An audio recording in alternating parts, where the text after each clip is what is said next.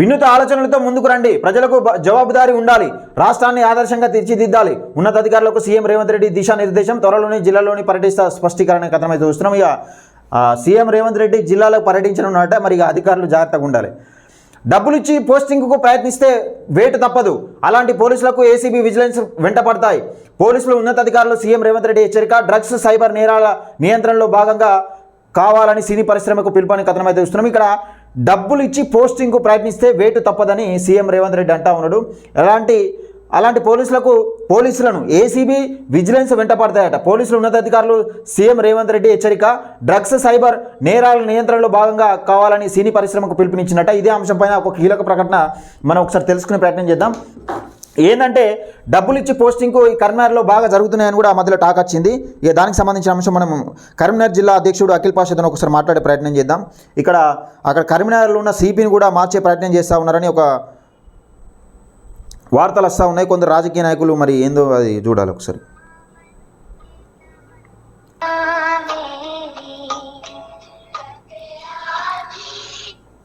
Hello అన్న, నమస్తే అన్న. మార్నింగ్ న్యూస్లో ఉన్నారన్న లైవ్లో? నమస్తే, చెప్పు. ఇక్కడ అన్న, ఈనాడు పేపర్లో ప్రధానంగా ఒక వార్త వచ్చింది. దానికి సంబంధించిన అంశం గురించి ఒకసారి మీతో మాట్లాడడానికి ఫోన్ చేసిన అన్న. ఓకే చెప్పు. ఈ డబ్బులు ఇచ్చి పోస్టింగ్ ప్రయత్నిస్తే వేటు తప్పదని సీఎం రేవంత్ రెడ్డి. అలాంటి పోలీసులకు ఏసీబీ విజిలెన్స్ వెంట పడతాయని ఇక్కడ సీఎం రేవంత్ రెడ్డి పోలీసు ఉన్నతాధికారులకు హెచ్చరించిండు. మరి ఇదే అంశం పైన గత కరీంనగర్లో కూడా ఇలాంటి దందాలు జాగినాయి, ఇప్పుడు సాగుతలేవని మనం వింటా ఉన్నాం. అది ఎంతవరకు నిజమన్నా? 100% కరెక్ట్. గతంలో ఈ పోలీస్ అధికారులు ఉన్నతాధికారుల దగ్గర డబ్బులు ఇచ్చి గాని, అదే విధంగా గత ప్రభుత్వంలో ఉన్న రాజకీయ నాయకులకు డబ్బులు ఇచ్చి పోస్టింగ్ల పైన బదిలీలు అవ్వడము అది సహజంగా వాళ్ళు చేసుకున్న అలవాటుగా మారిపోయింది.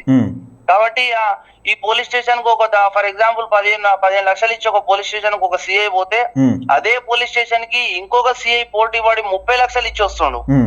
అలాంటి పరిస్థితులను మనం దగ్గరుండి చూసినాం కాబట్టి ప్రతిదీ మనము తెలిసింది కాబట్టి. అంటే మీకు ఎదురైన సంఘటన ఏదన్నా, మీరు దగ్గరుండి చూసిన సంఘటన ఏదైనా ఉందా అన్న? పేరు చెప్పకుండా 100% ఉంది కాబట్టి మనము డైరెక్ట్ గా ఆ రోజు క్యూ న్యూస్ లో కూడా ఈవినింగ్ న్యూస్ లో మనం చెప్పడం జరిగింది.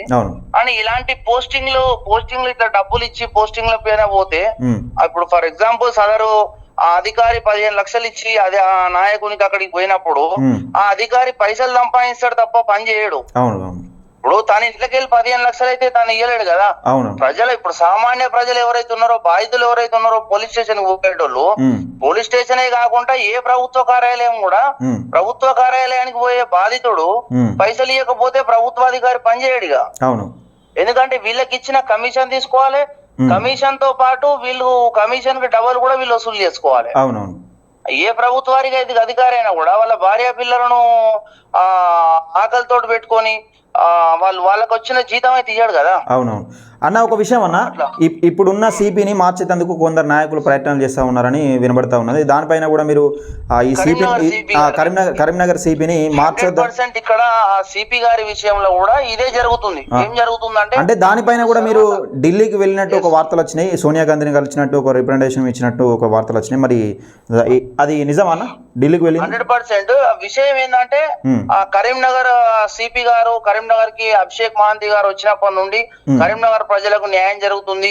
ఈ భూ దందాలు చేసేటోళ్ళు, భూ కబ్జాలు చేసేటోళ్ళు, అన్యాయాలు, అక్రమాలు, అవినీతులు చేసేటోళ్లకు ఆ చెమటలు వదులుతున్నాయని చెప్పేసి సిపి గారిని గురించి గత ప్రభుత్వం అట్లా చేస్తే, ఈ మా ప్రభుత్వం వచ్చిన తర్వాత మా సిపిగా మేము తీసుకొచ్చిన పోలీసు వాళ్ళు సిపి గారు గాని కరెక్ట్ గా పనిచేస్తున్నారు.